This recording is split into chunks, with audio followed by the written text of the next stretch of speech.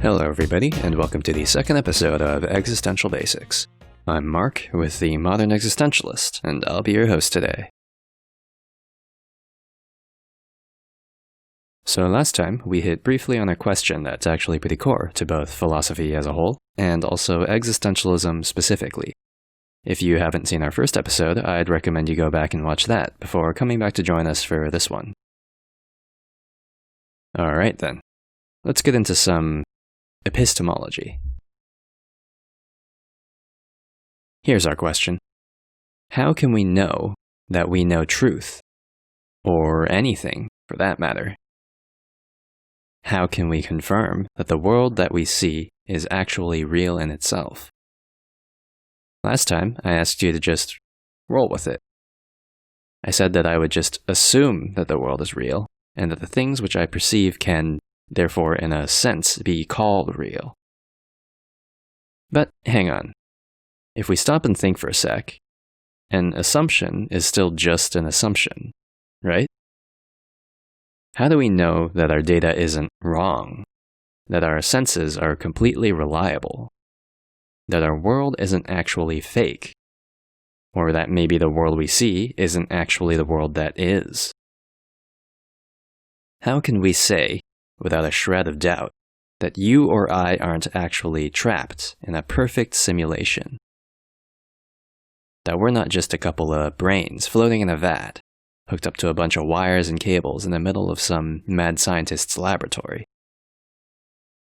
If our theory, that what we see when we look at the world lets us understand its properties, is actually just an assumption that we make, then how can it really be confirmed? If the world could be fake, if everything we think we see could actually be unreliable data, then what is it that makes our empirical assumptions any better than dogmatic ones? What is it that makes science any better at answering our questions than just plain old blind faith? Well, that's pretty simple, actually. Here, let's take a little trip.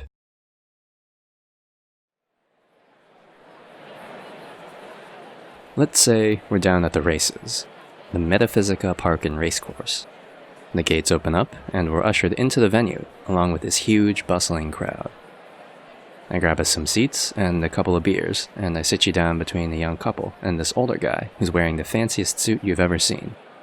I hand you your drink and this little silver token, and I tell you this. Here, at the Metaphysica, everyone is given only one token to bet with. Your goal is to win, and the prize is what we call true freedom. $1 billion. You look out at the racecourse, and you see only 2 lanes. Up on the scoreboard, there's only 2 names. You squint a little, and you can just about make them out. The name of the first horse is Vats. The second horse, Phantasmus. You ask me about the horses, about how you should make your decision. I point down to the end of the track, where you can see one brawny, majestic racing stallion lined up against the starting gate. Well, I say, they're over there. That's Vats, standing in the stall. You ask about the second horse, and I say this in reply.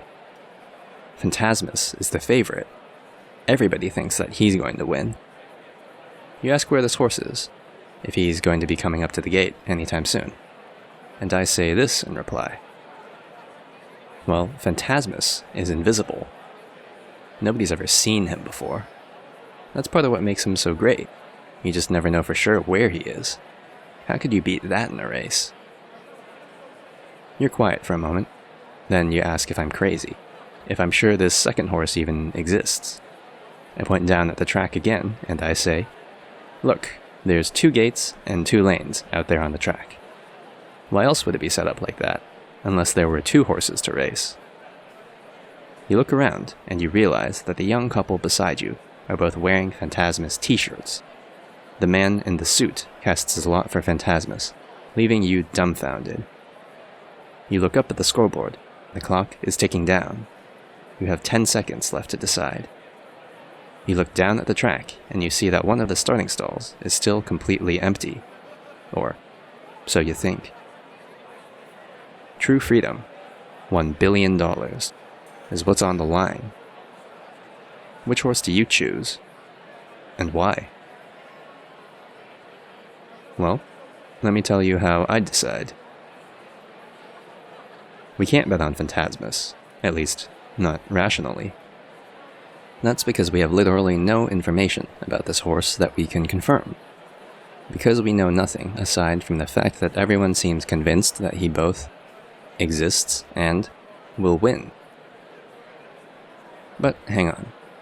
As far as you know, nobody seems to really be able to justify their belief. What if they're all wrong? What if this is fraud and they've all been tricked and lied to? Or what if they've all just fallen for the rumors and hype of the Phantasmus fandom? It only ever makes sense, it's only ever rational, for us to bet on Varus. Even if there's a sense in which our perception may be unreliable, a sense in which technically no horses are ever real, the only data that's ever actually available to us is information that can be either perceived or inferred. And only one horse present can actually be perceived, and that horse is Varus. The only information that you can infer about Phantasmus is that nobody else can perceive him either. What if we are wrong, though? What if Phantasmus is actually real? Actually the magical invisible horse that turns his jockey invisible too? Well, we can't know that. Nobody can know that, which means that we can't rationally trust the judgment of anybody who tries to tell us that they can. Nobody can know anything for certain. Therefore, we must trust Varus, because Varus is the only horse present that we can actually see. Phantasmus, after all, might actually be a real invisible horse, but nobody will ever have the ability to confirm that for themselves. We could never guarantee, even if he were real, that he was ever actually anywhere at all. We could never say for certain that, at the start of the race, he would even be standing in his stall. When it comes time to bet, we can never be certain. We can never know that we know what's real. The best we can ever do is make an educated guess, to form a theory from the data we believe we perceive, and from information we assume to be true and real. The goal of science, after all, has never been absolute certainty. Instead, it has only ever been to be certain to the best of our ability.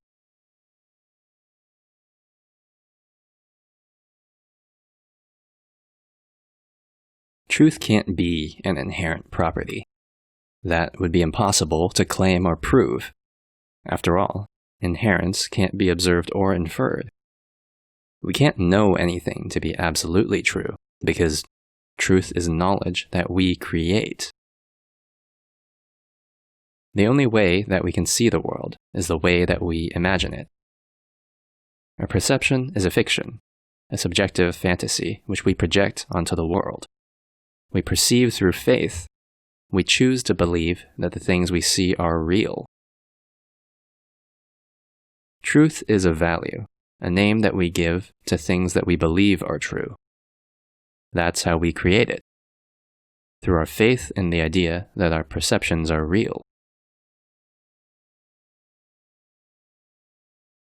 To exist is to live as a subject, to live by faith and fantasy, to take data from appearance, from what we perceive, and to use that to build a fiction for ourselves.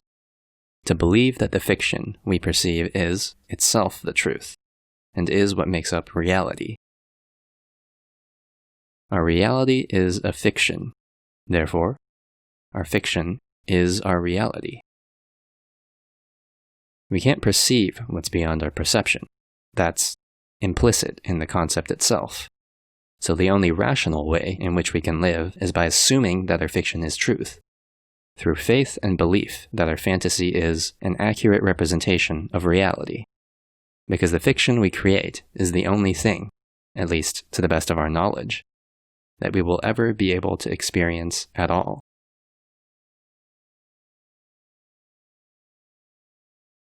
Alright, so let's circle back around to the beginning then. to the idea of brains in a vat. The question is this: could we be trapped in a perfect simulation? And the empirical answer that we've arrived at is, yeah, we could. And we are. We are trapped in a perfect simulation, a fiction and a fantasy that we can perceive only through the lens of our biology. But we need to keep in mind that that's not really significant at all. Not any kind of reality-bending, world-altering revelation. That's literally just the way it's always been all along. The way that we've always existed. That, in the end, it's not anything more than just what we would call perception. Your brain is trapped, floating in a vat. But that's just what we'd call your skull. The simulation is nothing more than just the way that we perceive. So, how do you feel now, being a brain trapped inside a body? Which horse would you bet on? Varus, the brazen stallion? Or Phantasmus, the amazing invisible horse? Give it a good think, then let me know down in the comments whenever you're ready. Alright, this is Mark, signing off. Catch you guys on the next one.